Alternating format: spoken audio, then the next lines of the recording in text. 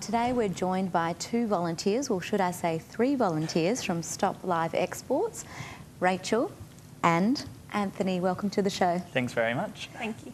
Now tell us about your organisation and what you do. All right, our organisation's called Stop Live Exports. We're a WA-based group, all volunteer driven, and the purpose of our group is to work towards a general phase out of the live export of sheep and cattle and all export through WA.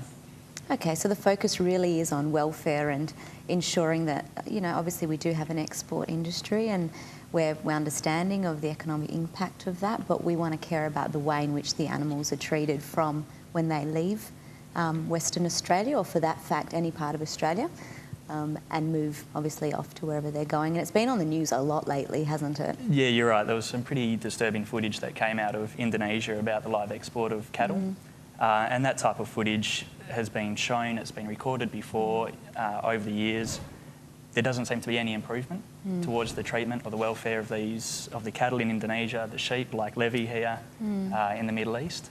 And so our group is just working towards phasing out the live export of animals and replacing it with a chilled meat trade instead. Okay, so tell us a bit about how you do that. Are you associated with some other like-minded groups, or do you work within the industry as well? Yeah, it's actually a pretty disparate kind of organisation. There's a lot of different groups, a lot of different supporters within Stop Live Exports.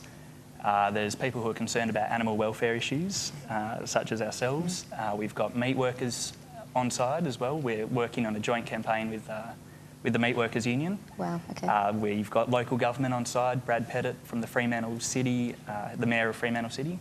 He's on side. Fremantle businesses are on side. They don't want to see these sheep being treated as they are through the main streets of Fremantle. They don't want the smell as well, the awful smell when these sheep ships come into port. So a lot of different groups, a lot of different interested people trying to phase out this trade. And I think the beauty of your organisation, having looked at your website, is you have a really consultative approach as well as an educational approach. Is that fair to say? You do a lot of work raising awareness through campaigns? Oh, definitely. I mean, it's one thing to get all worked up and to get passionate about this, and it's very easy to do when you see the footage. But I think to be successful and to get the best outcomes for the animals, the best outcomes for farmers as well, you do need to consult, you do need to get a broad range of opinions and make sure everyone's on the same page working towards that final goal. Absolutely, and you did mention the farmers there, and before we were talking about having a balanced view, and I understand from looking at your website and talking briefly with you earlier is that you do consider the economic impact and how the industry is formed at the moment. What's your balanced view on that? Well, we're not in the business of we're not in the organisation to put farmers out of work, put simply. There is a thriving chilled meat trade in Australia. We already know that. And by phasing out live exports, we're hoping to expand the market for chilled meat, and farmers are obviously going to provide the chilled meat. I mean, New Zealand stopped the live export of their sheep in 2003, I think. That's excellent. And, farming didn't collapse in a heap in New Zealand. They've still got more sheep than Australia has people there, so their industry is still massive, and it's all based on chilled meat. So farmers can benefit from the chilled meat trade, and the animals will definitely benefit as well.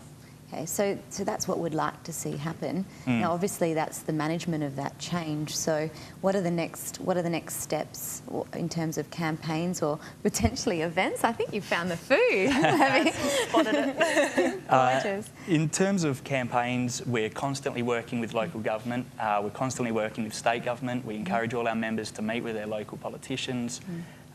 We're constantly working with nationwide organisations like Animals Australia, like RSPCA. Excellent. And we do have a couple of events coming up as well. Yeah. Excellent, and we'll talk a little bit to those later. But you do have an active website as well with a lot of educational material, an active newsletter as well. So we'll make sure we put that up on the screen shortly. Right. But we do have Levy here today, and I'm so happy that we do. Perhaps, Rachel, do you mind sharing a little bit about Levy's story? Yeah, because I think the audience would love to hear that. Levy, his mum was found on the side of the road in Mount Magnet. She'd fallen off the back of a truck. Levy was born and she passed away, sadly. Luckily, a passing truck driver found him and picked him up. He was actually being attacked by crows at the time. and he ended up coming to my house and I hand raised him. And he comes out to campaigning with us, so to festivals and fetes and things like that, and he just helps people make a connection between, you know, the real animals and the ones that you see on TV and on the trucks and things like that. So. Fantastic. Yeah. So you're a very active volunteer, aren't you, Levi? He is. He's a hard worker. He's our best looking volunteer. Yeah. He's very good looking. Well, thank you for sharing that story, and I think you're right. I think it makes people see the link between the cause and, you know, I really think that it's important for people to get behind the cause and really get educated. And, you know, potentially if you're a teacher or if you're in a profession where you do have some level of influence, it's really an opportunity to extend the information forwards, because these guys are, you know, you are really presenting a balanced view. You're not just being a full-on activist, as some people say. So that's wonderful. Now, look, we are a little bit short for time. There is a lot of active information on your website.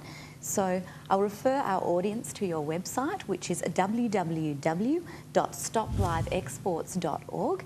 You can also obviously refer to www.thecouch.com.au for more information. But for now, thank you so much for joining us. No problem. And definitely have joined you on Facebook, another great way to follow you. So make sure you sign up on Facebook for the updates and just keep abreast of the issues and have a balanced view. Thank you for joining us and well done for all your volunteer work. No worries. Thanks for having us in.